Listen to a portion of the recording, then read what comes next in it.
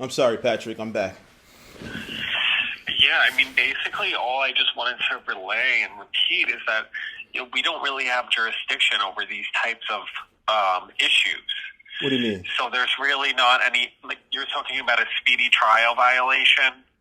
Oh, We don't have any jurisdiction over the court system, no, no, so we wouldn't be able to intervene in anything in any matter like this. Patrick. I didn't mean for you to misunderstand me, nor your colleagues. It was just that I was coming to address the fact that my case is beyond the statute of limitations. Now, it's no longer a speedy trial issue. It's more so, you know, justice, in the interest of justice, So, Statute 63 of the executive law spells out the powers and duties of the Attorney General's office. Sir, I'm going to stop you there because you went and spoke to the attorney generals about this, and it was brought back to our office. Your email was forwarded to the most senior attorney in at this agency, and they said that we don't have jurisdiction over this. So I understand that you may have read some executive law, but your documents went directly to the top of this agency. They reviewed them, and they said that we have no authority to assist you. So there's really, you've got your answer right there. I And I mean, don't mean to be frank with you. I don't mean to be frank or direct with you, but, I would understand if you might not accept it if it was coming directly from me, but I can tell you that senior members of this office reviewed your complaint and determined that we don't have any jurisdiction over this type of matter. Shania Z. Thomas, she's the person you're referring to as persons that reviewed the complaint. No, She, I'm not. well, that's who Mr. Wayne Collins transferred the complaint to on the 20th, and that's what he conveyed to me, that he transferred it to her. And I spoke with Wayne after trying to give her my complaint, about CCRB, a CCRB incident where it happened between the cops and me. Unfortunately, the Attorney General, she then took the complaint and she gave it back to me after I demanded it back because of the fact that she was dancing on the stage with the complaint and it was crumbled up and she was crumbling in her hand. So I didn't think that was appropriate. I can understand that this is an event, but, this is serious stuff that's happening to me, so I'm taking it pretty serious. Now, fast forward, I go to follow up with, you guys because I was meaning to do that then and prior to that. But unfortunately, this is just the common practice with the Attorney General's office that every time I file a complaint with it, it, disregards my complaints. It doesn't Sir, apply it's not that power. we're disregarding the complaint. It's that we have no jurisdiction over the issue. So you can submit that complaint over and over and over and over again. Talk to the Attorney General. Talk to the senior level members of this office. It's not going to change the answer. There's no authority over the complaint.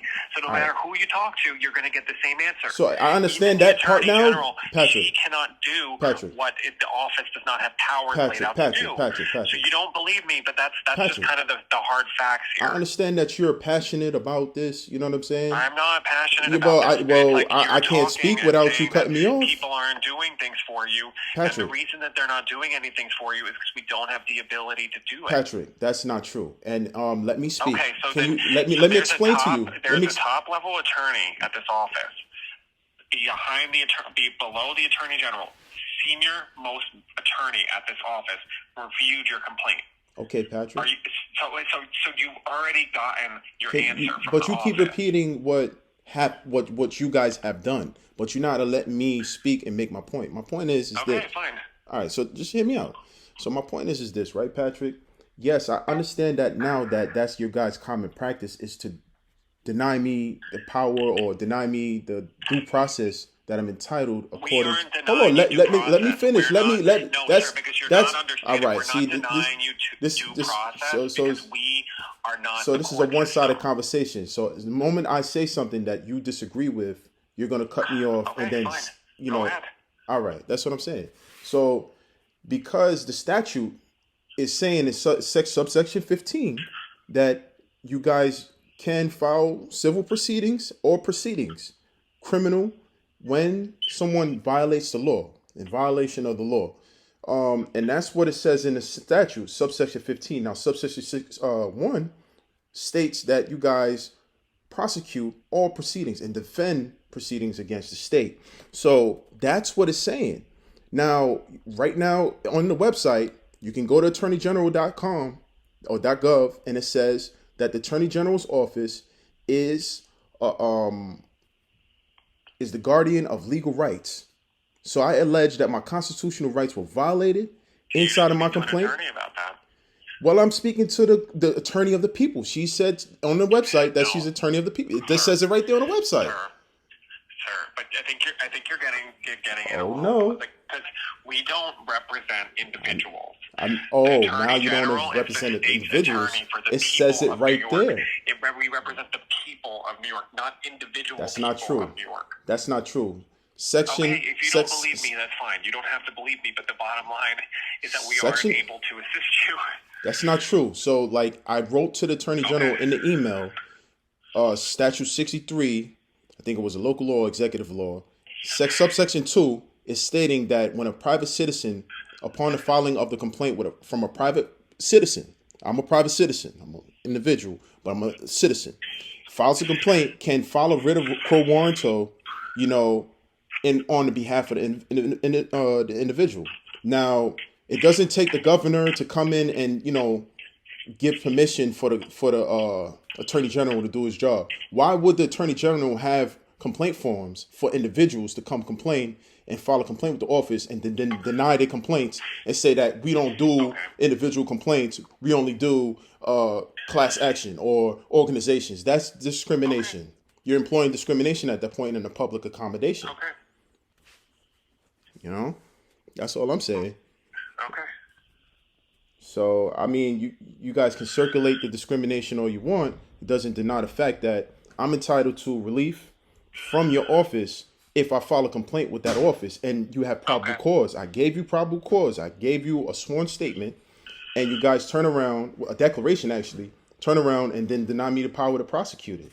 It says it right there in the statute. But you call me and then you tell me, with anger and all of this stuff and expressing everything other than what the statute is expressing that you guys have the power to do. That's not fair to me. You know what I'm saying? I'm entitled to a fair procedure. This is not being fair when you guys sit there, sabotage my complaint, or send it back to the Attorney Grievance Committee after I already alleged in the complaint that it was filed on April 15th with the Attorney Grievance Committee.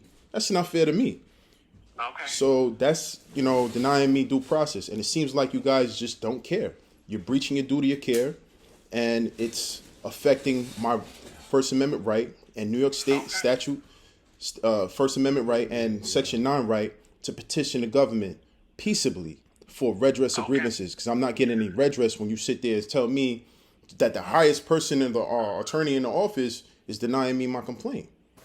Okay. And then you okaying me to death like you just don't care. Sir, So that's the thing is, I'm trying to explain to you, and you don't want to accept it. So if you want to talk to me about it and tell me that we're denying your due process, and you want to tell me all these things and quote law to me, you're welcome to do that. You're making false statements. Whatever you want to me. You're making false statements in an executive proceeding, and Sir, 18 USC, it is executive office. Sir, this is not executive office, branch of the government, executive branch of the government. 18 USC 1001, subsection 1A1 prohibits this type of conduct within an executive office. That's my point. You're making materially false statements. All right, to me. I'm not making materially well, she did as well. Shania, you just told attorney. me. Well, it doesn't matter if you're an attorney or not. You're working in executive office. You contacted me out of retaliation from my email reply to Shania Thompson, and you're telling me, in return, some more false statements after she done told me our office doesn't deal with that. I sent Collins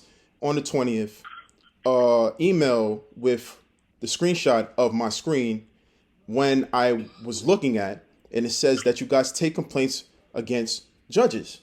Now, that's right after She said you don't, and you're telling me that right We now, don't even take- though we don't that take your complaints your against website judges. is saying that you do. So you have an option on your website for me to submit. Okay. Why is it that every time I try to file a complaint using your website, when I put my email in, I'm automatically not able to continue, and there's an error message that's being shown? Why is that? That's I can't systemic speak to that. discrimination, right? Exactly my point. This is the thing, the barriers that you guys institute just to stop complainants from making complaints with your office. You tell them lies, you circulate discrimination, false statements, materially false statements, and that's criminal. Okay, you're supposed to be criminal, prosecuting criminals, not committing crimes. That's my point. Okay. Okay. Okay. So you're done? Finish. That's my point. Okay. I mean, the thing is, it's not going to change. Okay. Yeah, and that's what I It's not noticed. going to change what I'm Until gonna say. somebody You can arrests throw- all of you Oh, for the fraud. Yeah, till somebody arrests all of you for what you're doing. oh, I should be arrested. Okay. Yeah, you absolutely should. You're violating federal law. What are you talking I'm about? not violating federal Yeah, you law, are. sir. I just told Okay. you why. How you're violating it. Okay. Yeah, complete disregard for the law. Okay. Okay. So we're clear, that we're not able to assist you. No, that's your clarity. That's not my clarity. That's Okay. your perception. Don't try to push it on me. Okay. All right. I mean, this is kind of the end of this interaction, I think. If I was just asked to relay that we don't have jurisdiction over this, and that's the office's position, because we don't have any authority over judges. We don't have any authority over your Okay. individual case. So that's kind of it. I mean, unless there's anything else you want to add. I don't know how many times you're gonna lie, but like I said, man. Okay, I'm a liar. Okay. Yeah, you're a liar. Yeah. Yeah. Okay. Okay. Well, yeah, what's your name again? Patrick. What? Patrick. What's your last name? I'm not at liberty to give out my last You name. was at liberty in the beginning of the conversation to tell me what your last name was. You told me I your don't full remember name. saying that. Yeah, I you don't did. remember saying that. How do you think I know your name is Patrick? I heard your last name, but I'm just asking you Okay. again to say it again. But now you don't want to tell me. Okay. All right, All right. this conversation is done. Yep. Bye-bye.